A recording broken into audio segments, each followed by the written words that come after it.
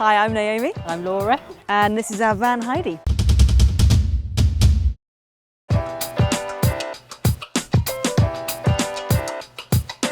So Heidi is a long wheelbase Renault Master high top.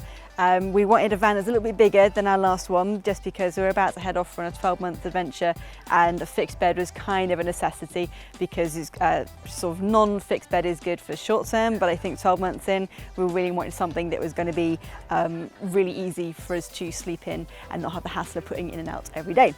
So she's a little bit bigger, but there's like tons of storage space, and let me show you around how everything works.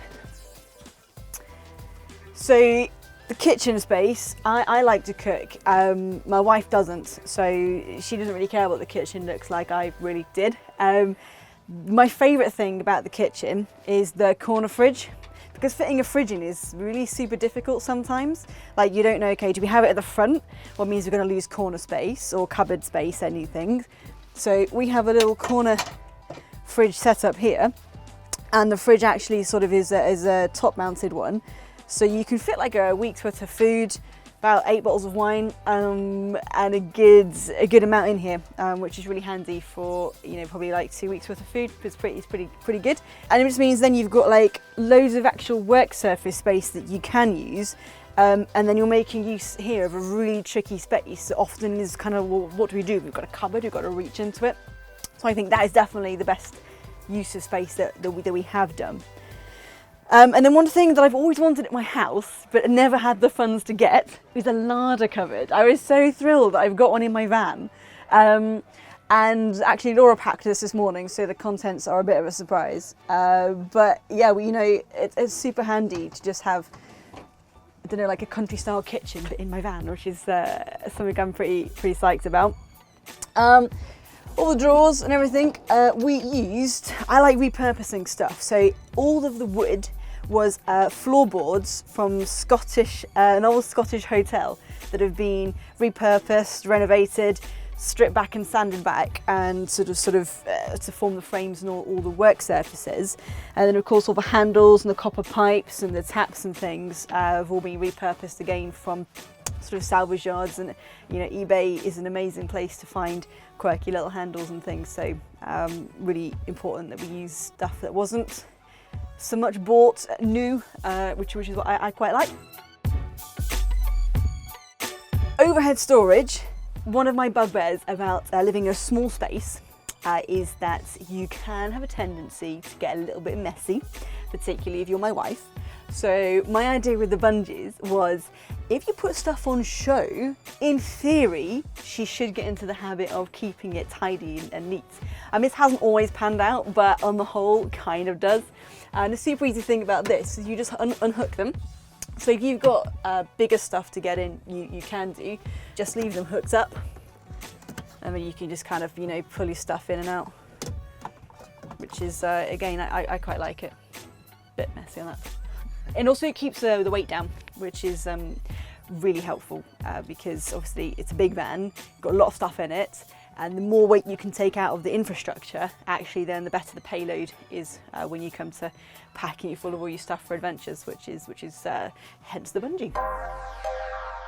Moving on to like the gadgets. So the one thing I said a van has to have is it has to have a really cool sound system. When we're going to spend 12 months in it, I want something that has got, you know, good speakers. So we had the speakers put in all across the roof.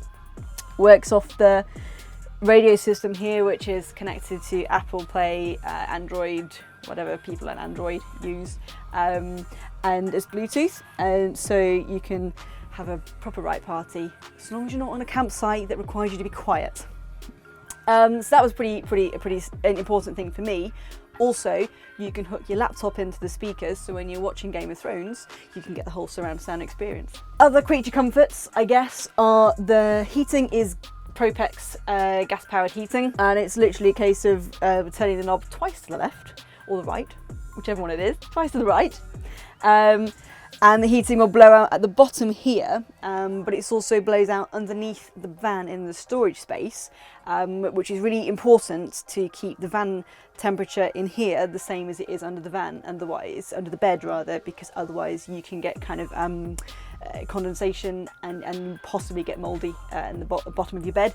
So if you are doing a conversion, it's really important to think about keeping the understorage space the same temperature as the main cab compartment as well. One of the things that people sometimes struggle with to comply with DVLA regulations when converting a panel van to a camper van is you have to have had a fixed table. And it's kind of like, well, where do I put a table? If you have the ones that screw into the ground, well, where do I put the table top when I'm in transit? So ours just pulls out on runners. So you can pull it out the entire way, pull out just a little bit if there's 2 of you or 4 of you, because this does fit 4 people comfortably around here. So it's quite nice, it just sort of slots away under here. And then you've got your inside cupboard. We use this for dog stuff and sort of bathroom stuff. There is a lot of overhead cupboard space, and there's also space underneath the seats, but to save you walking around to the back of the van in the rain, essentials, very important to just slot in here. One of the things that I get really paranoid about is security. I don't like leaving my stuff just in a van and sort of locking it away. Some people don't bother so much. I get really sort of really conscious about making sure there's a secure place to put stuff. So one of the things we had put in here, I use these very artistically folded blankets. Under each of the bench seats, you can see our Portaloo is here, but this is one of the best things we had installed. It's a secure safe. So laptops, drones, cameras, cash, passports, anything like that is secured in here. The box itself is welded to the chassis of the van. And then once that is shut, you need the key to open it. So long as you haven't put the keys in there, anything you put in is pretty much thief-proof, which makes me a lot happier when leaving stuff in the van. So both of these literally pull out in the middle, pull your cushions out into the middle here, and then you've got a pretty decent third berth. Technically, you can fit 2 acceptable sized adults in here. It has been done. So although it is 1 berth, 4 people can sleep in this van. Portaloo is there for emergencies. To be honest, we tend to not use the Portaloo so much because if you're on a campsite, why would you? And if you're out in the wild, so long as you follow the etiquette of wild weeing appropriately, I think that's probably a better thing to do. To be honest, that's not my job to deal with anyway. So, but it is quite handy. If it's like super cold or snowing, good thing to have in the van. So power is driven by, you've got a leisure battery, which is hooked up to a massive solar panel on the top of the van. Basically, the way solar works is as long as this little guy here has got a smiley face, then you're all good on the solar front. And then obviously you've got 2 leisure batteries, and so daytime running just works off that, to be fair. With all the fuse boxes, the lights, the water pump. So we went for fixed beds because basically I'd fallen in love with Instagram photos where people were living in transverse beds and with their back doors open to the sea and the beach, and I was like, this is the life I want. So we had to have a transverse bed. People often think like, it's impossible to fit in a master, it's really narrow, or how does that work? Well, actually, the bed itself is like, I think 5'8", or I think it's about 5'8". And then these sort of cut-ins to the back of the van on both sides mean that the actual stretch out room you've got is 6'2", 6'3". So it's actually wider than say like a standard Sprinter van. It's just you need a little bit of creativity to get that extra room out of your vans, and short of paying a heck of a lot of money to have the flares put on the side of any van, I think this is a really easy solution just to get extra space in both sides. So fixed bed Obviously just means there's no faffing, and you can come straight into bed. And also if one of you's had an argument, one of you can be in the bed and one of you's, you know, ignoring the other one on a sofa, which is pretty cool. The best thing, in my opinion, about having this sort of setup here is my little Netflix shelf. So you literally put this down here. It's got a little sort of shelf bit routed out here, which perfectly fits my Kindle, which means this is like the spot-on viewing position. So I'm never going to miss any like. Well, to be honest, I'm working my way through Suits at the moment, so that is just perfect viewing area. So we quite like a lot of off-grid and wild camping. One of the downsides of that is you have to be kind of aware, I suppose, that, you know, you might be in a situation whereby some sort of manic axe murderer is going to come and bang on the side of the van, terrify everybody. It's probably actually not selling the van that well, the van lifestyle. But if that situation did happen, you could literally dive through this opening here, start the keys, drive off, and you'll be fine.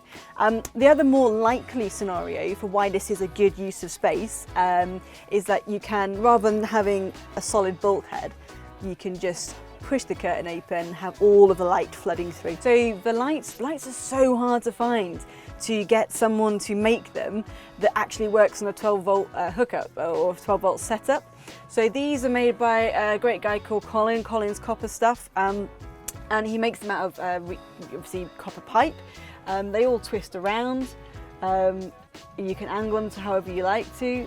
These ones work off a main switch, and then each individual one, like we've got some over the bed, just has their own individual switch.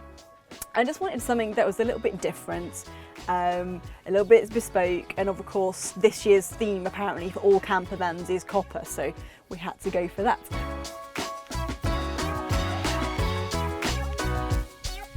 The back garage had to be big because we are sort of mountaineers and rock climbers, so the amount of gear that we take with us on adventures is vast, because I can never choose how many pairs of rock shoes I might need on any given trip.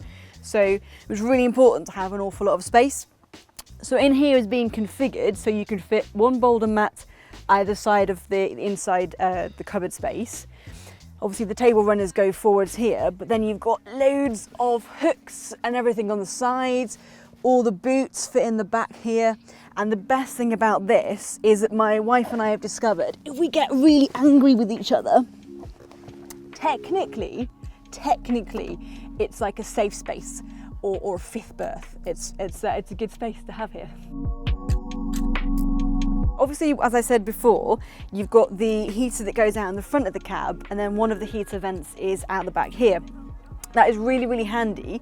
Say you've been hiking, you've been in Scotland in any part of the year, and it has rained, of course, because you're in Scotland. You can literally just hang your wet stuff up here, and the hot air will dry it, which is a really super easy way of, rather than thinking, where on earth am I going to put wet towels or dogs? Dogs can be dried in here as well. It's probably very, very useful for that. So there's always that massive debate whether, oh, do I have an inside shower? Do I not have an inside shower? For us, seating and social space kind of overruled the having the inside shower thing. So we have an outside shower, which literally you plug in, turn, and spray. It works super easily like that. You can get the hot water, so obviously you've got a hot water heater inside. You can plug the hot water heater on or turn it on, about 20 minutes, gives you really super hot water. And then this is really great for washing down muddy dogs, or you could just fling the door back a little bit more. If you really wanted to have some like privacy, you could, I don't know, hang up like a railing here, or pop the shower back through there, probably more sensible, and just to shower in private, which is great.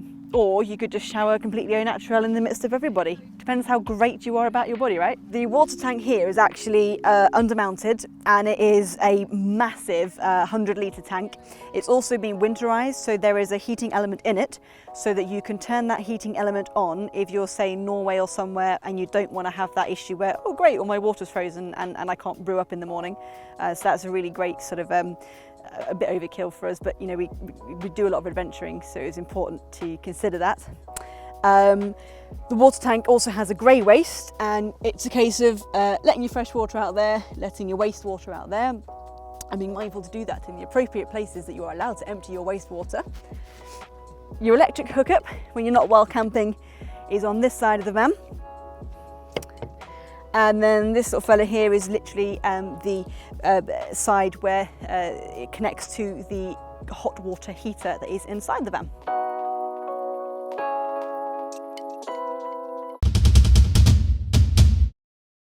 I hope you enjoyed that content. If you hadn't noticed, we do have an ebook that we sell, and the link is just in the description. It contains 160 pages crammed full of practical advice, walkthrough information, electronic schematics and part lists, which will make your job a lot easier for doing a van conversion, and it will save you time and money. Like, we're pretty confident that this ebook is useful to you, because if you don't, for any reason, you don't like it, you don't find it useful, you can literally just drop us an email and we'll give you a refund, no questions asked. I really believe that anyone, regardless of their experience, can make a half-decent van conversion. Thanks for watching. We really appreciate you watching our content, and we put a lot of effort to make it interesting, informative, and find those cool projects that feature on our channel. Consider subscribing, leave a comment, and we'll see you next week.